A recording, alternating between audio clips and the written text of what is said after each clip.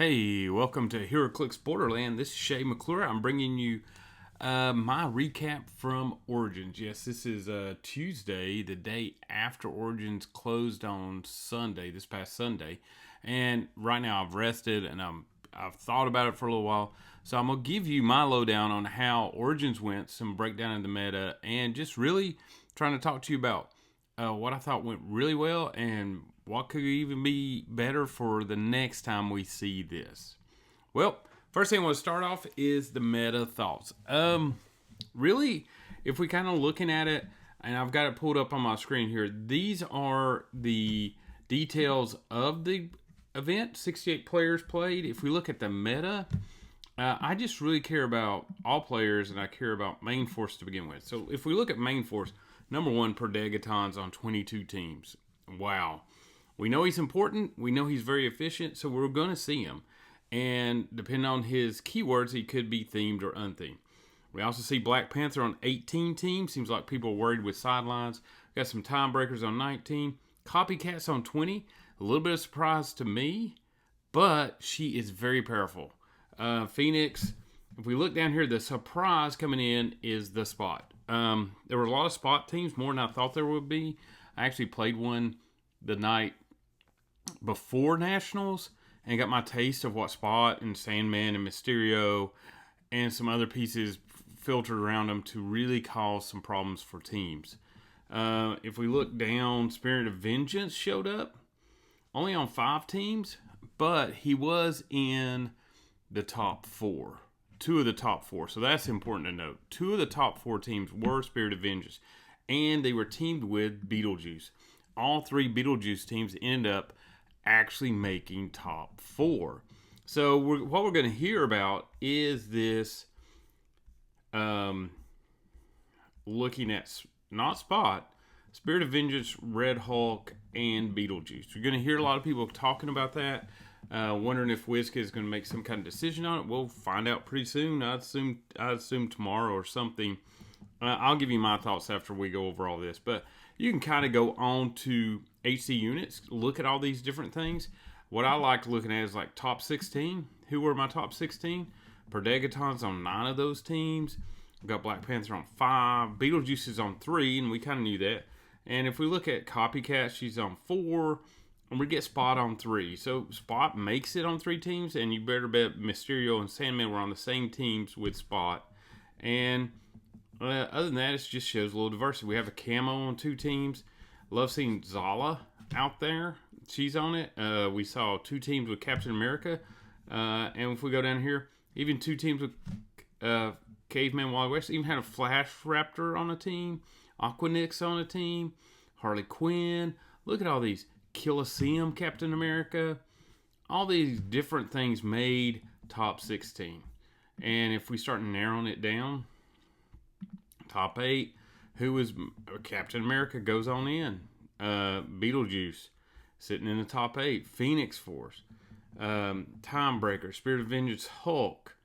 He's on 2 teams. And if we get to top 4, yeah, Beetlejuice on 3 of the top 4. Spirit of Vengeance is on 2 of them. The actual winner was Ghost Rider. So, and we had Kong. And so the others were just kind of mix and match. Wonder Woman, Moreland, which I thought was interesting. Moreland on a team.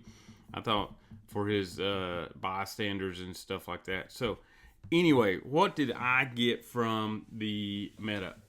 There's a lot of creativity. I must say, I think I'm a pretty good team builder. But the way people took their creativity on what they were trying to do blew my mind. So this is a great reason to even attend one of these events or even watch them, because you get these different ways in which they play cards. Number one thing I learned from it, diabolic bargain. Quit thinking about trying to hurt your opponent. Think about trying to hurt you yourself in order to get you to the preferable click. Now, and that's important. Click control on your own characters. Like, I know that one team was running Thor. I think that's Azra's team, and he would use Diabolic Bargain to actually get Thor to that the lightning chase Thor, get him to his I'm gonna shoot you And when this click is revealed, I can choose somebody. So he was able to use Diabolic Bargain to control that.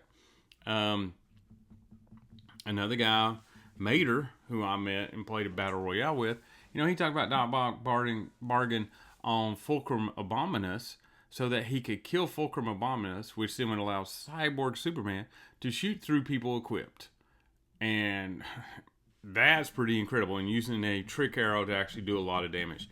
That's just unique strategies. And the Spot strategy, I hadn't really thought it all the way through. I had an idea about what Spot could do, but this was incredible what they could do and kind of just pull you across the map and just kill you using Mysterio poison. Now, I'd like to point out that those Spot teams, 17 of them, were very vulnerable to the Beetlejuices because Beetlejuices take poison out because that's a free action, so you can't do that. Spot's free flurries out all of a sudden. So many things get neutered by that actually it really hurts that team so much. Just looking at it, I thought Spot turned into the gatekeeper for the event.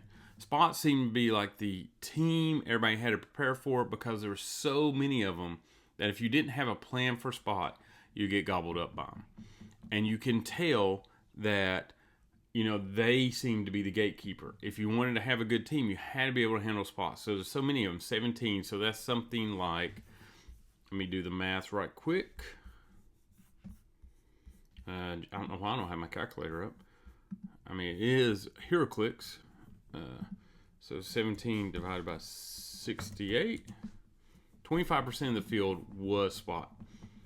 That tells you that that could come up, that could happen. So you're more than likely going to face a Spot team. So if you didn't have a plan for it, then the Spot strategy was pretty straightforward.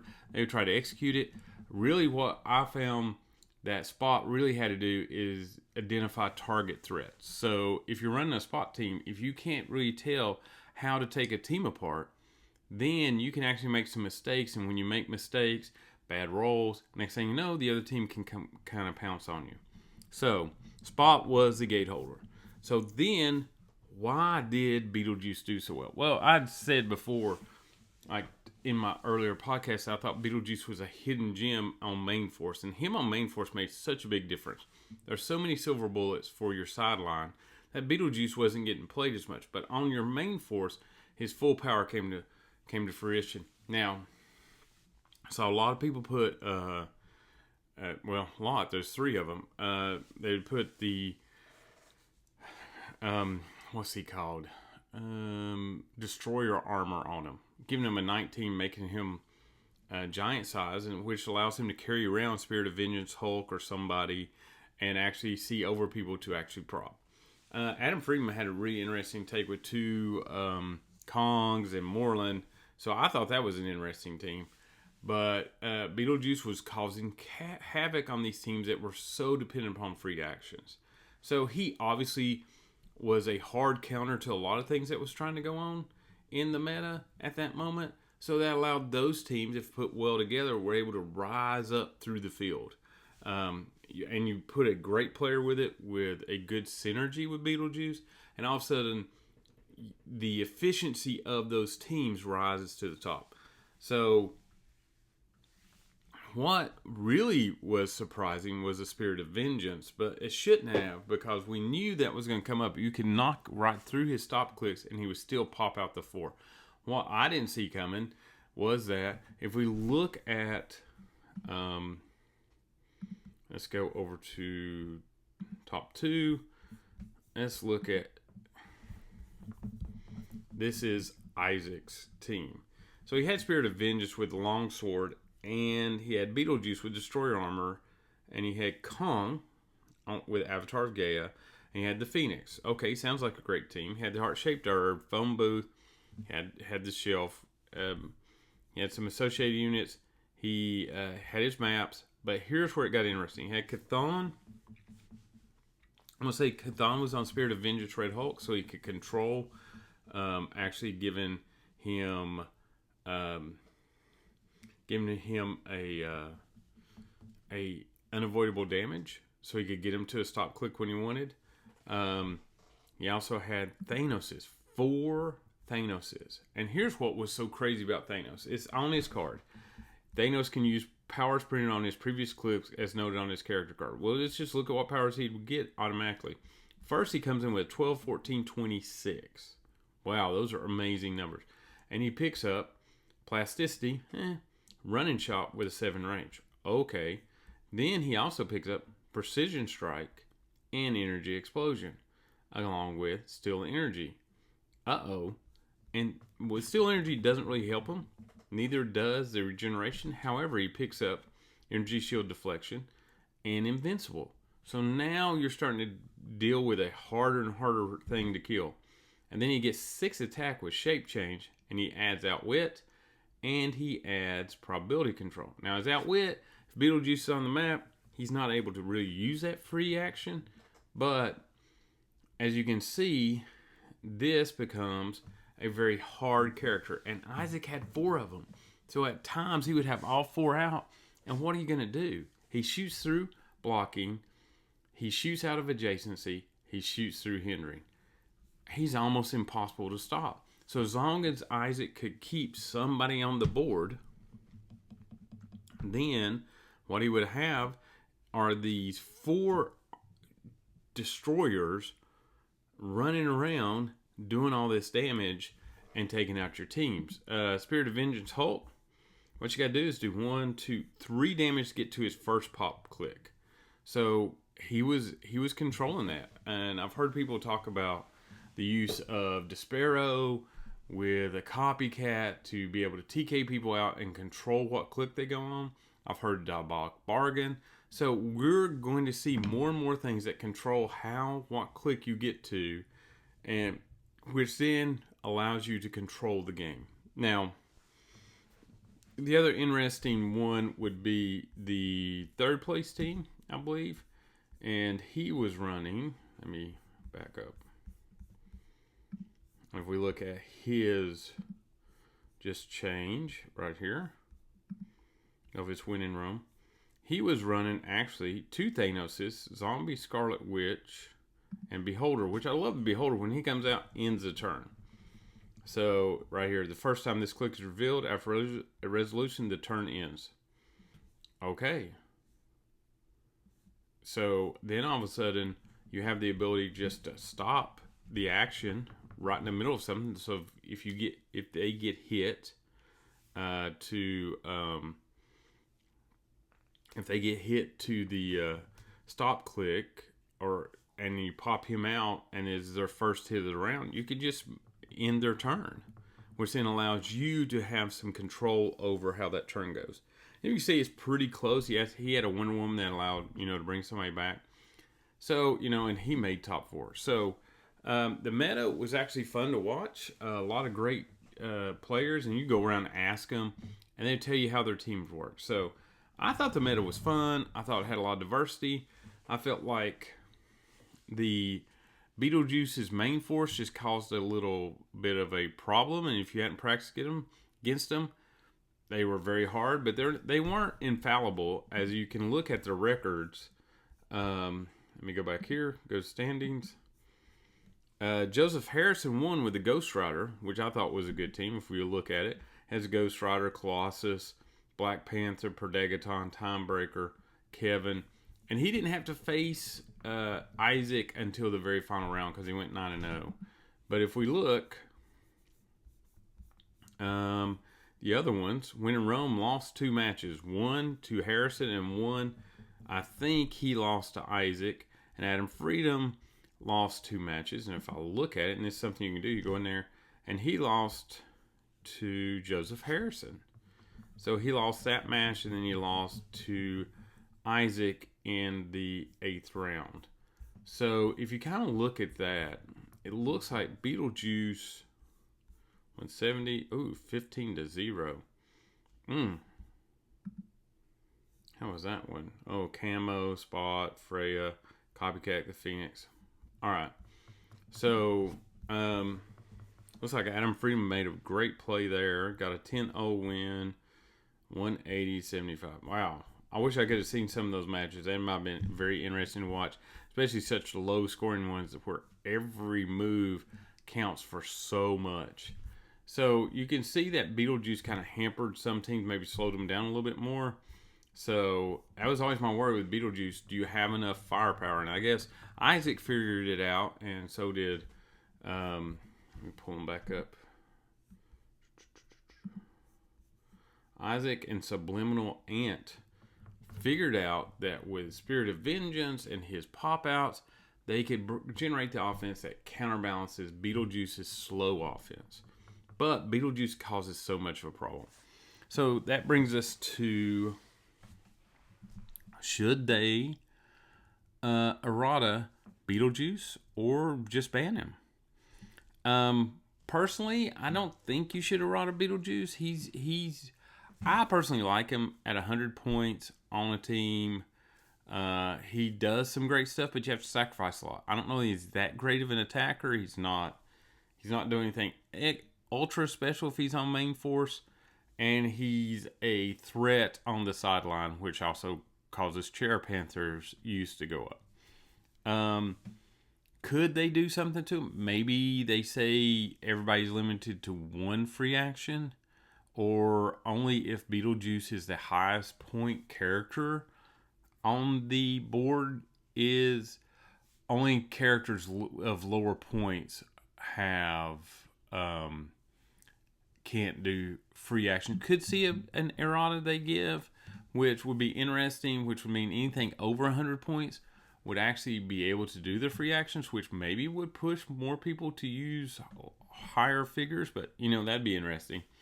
Spirit of Vengeance probably needs the biggest errata, and all you got to do for it is just errata that all of his pods need to be unique and not be like the same.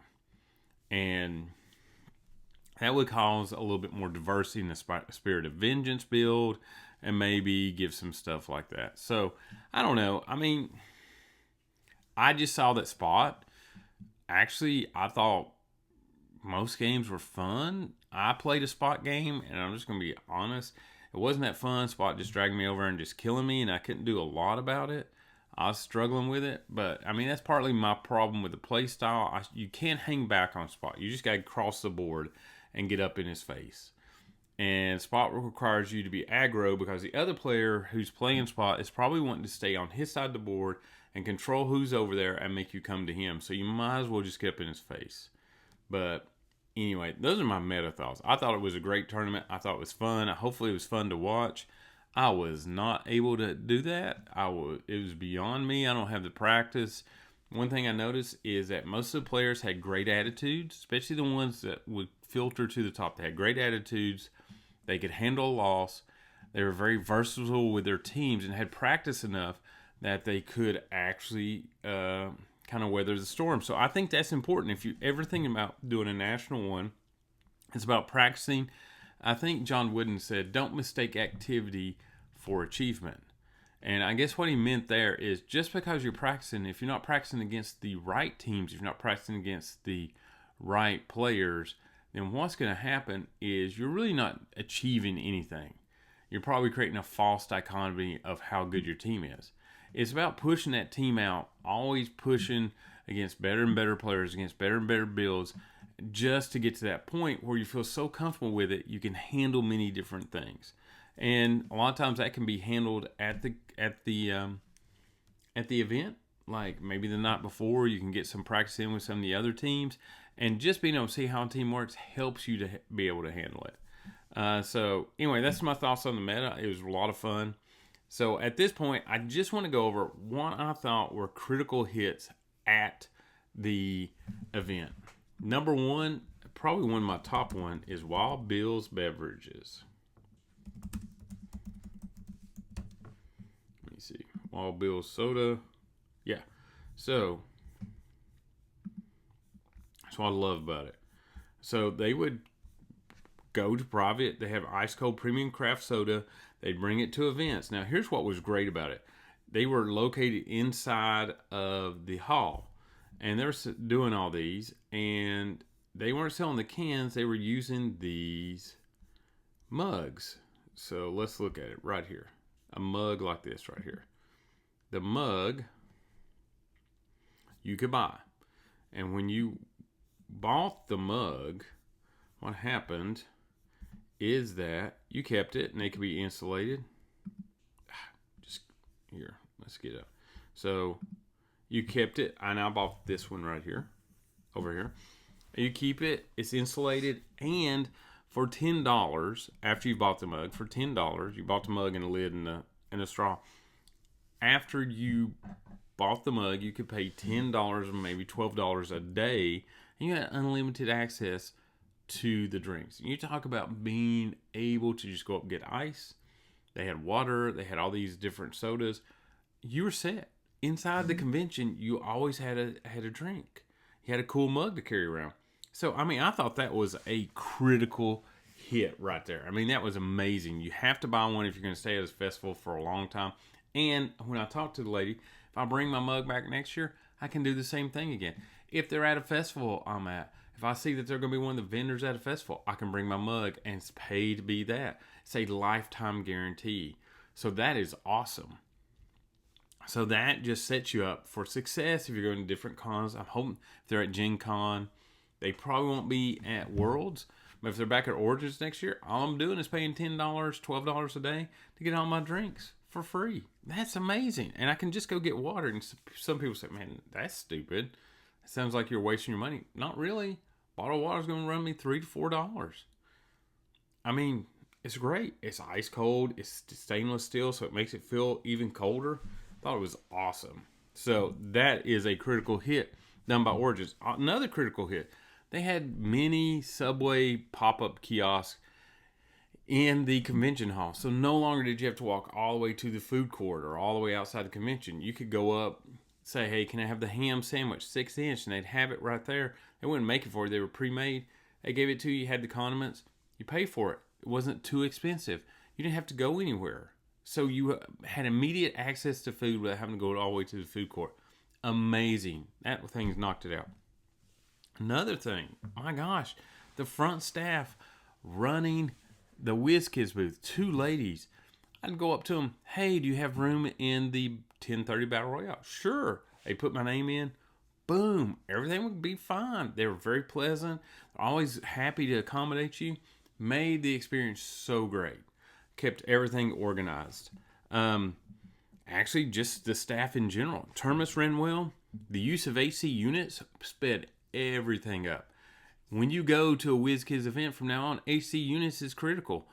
From our battle royales where we'd put in our scores and put in who won, who went first, all the way down to actual matches. It kept everything moving so quickly. Everything stayed on schedule or barely got behind. No more of this long time. And no more waiting to have your name posted on the wall. You just checked AC units. Boom, it told you where you were going next, who you were playing. So it was awesome. WizKids booth. Very accessible, very friendly staff. Easy to get all your convention exclusives. Didn't really sell out to the very end. Everything ran so smoothly. And they kept track of giving you stuff and doing all that. And the other thing I want to talk about as a critical hit was the BRs. I mean, the Battle Royales were so much fun. Not only did WizKids make them go pretty quick, it's about you do it in an hour and 10 minutes. But the other thing they did is that in the past, they usually drop 1 LE and a bunch of POGs. But now they drop 4 LEs or 3 LEs. How many people are at your table? Everybody got an LE. End of the day, I played in 5 Battle Royales. I got 5 LEs and a chase. Because I won that one and I chose the chase. And time it got back to me, I didn't have an LE. But that made it so much fun. And I hope WizKids keeps doing that because I thought that was a slam dunk. I tried to come up with some critical misses, like what went wrong that really hurt the way this thing ran. Don't have a lot. I think my one disappointment was the lack of an app for Origins. So, that felt bad. I mean, there was no app, so I was having trouble keeping track of where things were and all that. You'd have to actually be on the internet. Also, internet was a little bit slow inside the convention because of all the people, so maybe that was a problem.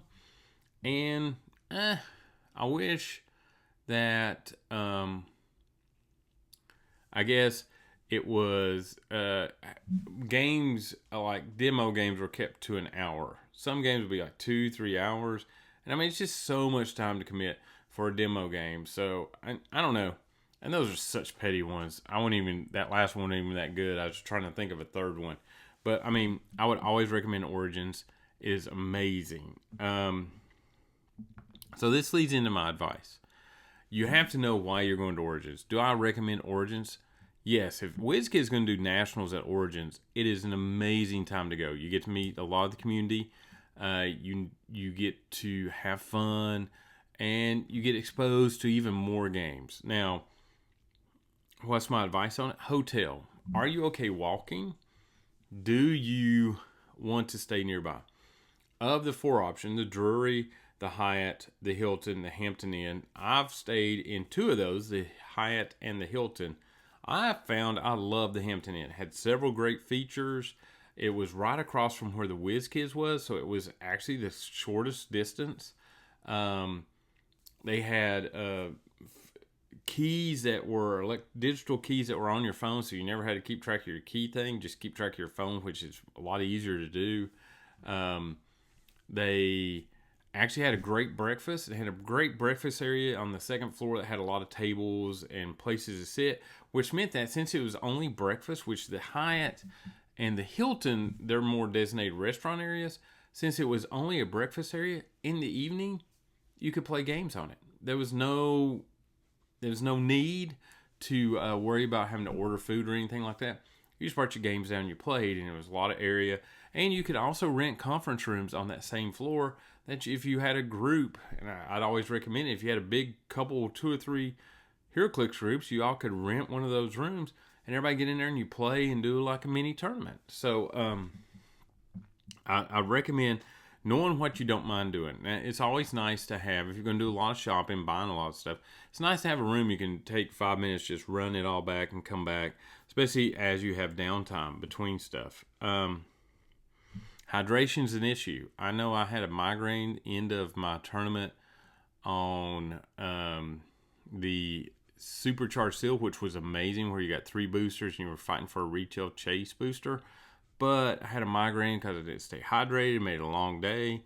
So that made a big difference. And then here's the other thing. When you go, what is your attitude? Your attitude should be, if you're going to play in nationals, is to enjoy playing against other people, seeing other teams, learning if you can actually defeat teams, and actually pushing yourself to the limits. If you're not wanting to do that, if you're not don't have that mental attitude, if you can't handle 5 hours, 5 rounds of grinding, then I always recommend the Battle Royales because they're awesome. If they continue dropping 4 LEs on a 4-person Battle Royale, doing that, it is more laid back. It is aggressive in their new way in which they do it, in which you can regenerate all your characters on your turn, which makes it so much fun. Continual action. You're never out of it. It was always not fun when people ganged up on you and knocked you out. And you had to sit there and watch everybody else finish. This is fun, and they've created with the maps. Everybody's up in everybody's face. So you know what? Having a nice, easy time, and then this is a critical hit. Turning these battle royales where you actually earn points, and the person who earned the most points actually got recognized, the top 4, and I thought that was great. It was Antonio Clark, who shared with me a strategy on how to pop Gauntlet Spotty into the click that you want him on, and get rid of all equipment. So, shout out to Antonio. And then he interviewed me too, if you want to watch that. Hey, if you want to watch a terrible match, go watch, I think it's during Friday's coverage around 4:30. There's a Super Sore match with an idiot playing Cosmic Spotty and Gauntlet Spotty. That's me. And thinking that I could go buy figures for $150, go buy all the figures I need and be able to compete in a modern 300 event, which turned into practice sessions for nationals teams. I don't know what I was thinking. It was a lot of fun though. I had zero expectations. Getting on camera was a little stressful, but it was just fun. Anyway, I've just rambled on. I had a great time. I'd recommend it to anybody. Let me give some call outs. Antonio Clark, great meeting you. Mater had a great time playing Battle Royale with him. Sean Riviera, loved that last day getting to talk to somebody who's actually listened to my podcast and had a great time with him. Michael, who showed me the spot stuff, and Antonio Clark for just showing me, how to get Gauntlet Spotty going. It gets me thinking, and I'm going to say this right. Zule, however you say it, she was awesome. From New York, city teacher, assistant principal, did a great job in the Battle Royale. Loved talking to her. Had a great attitude. Just wonderful. I recommend just going there just to meet the community.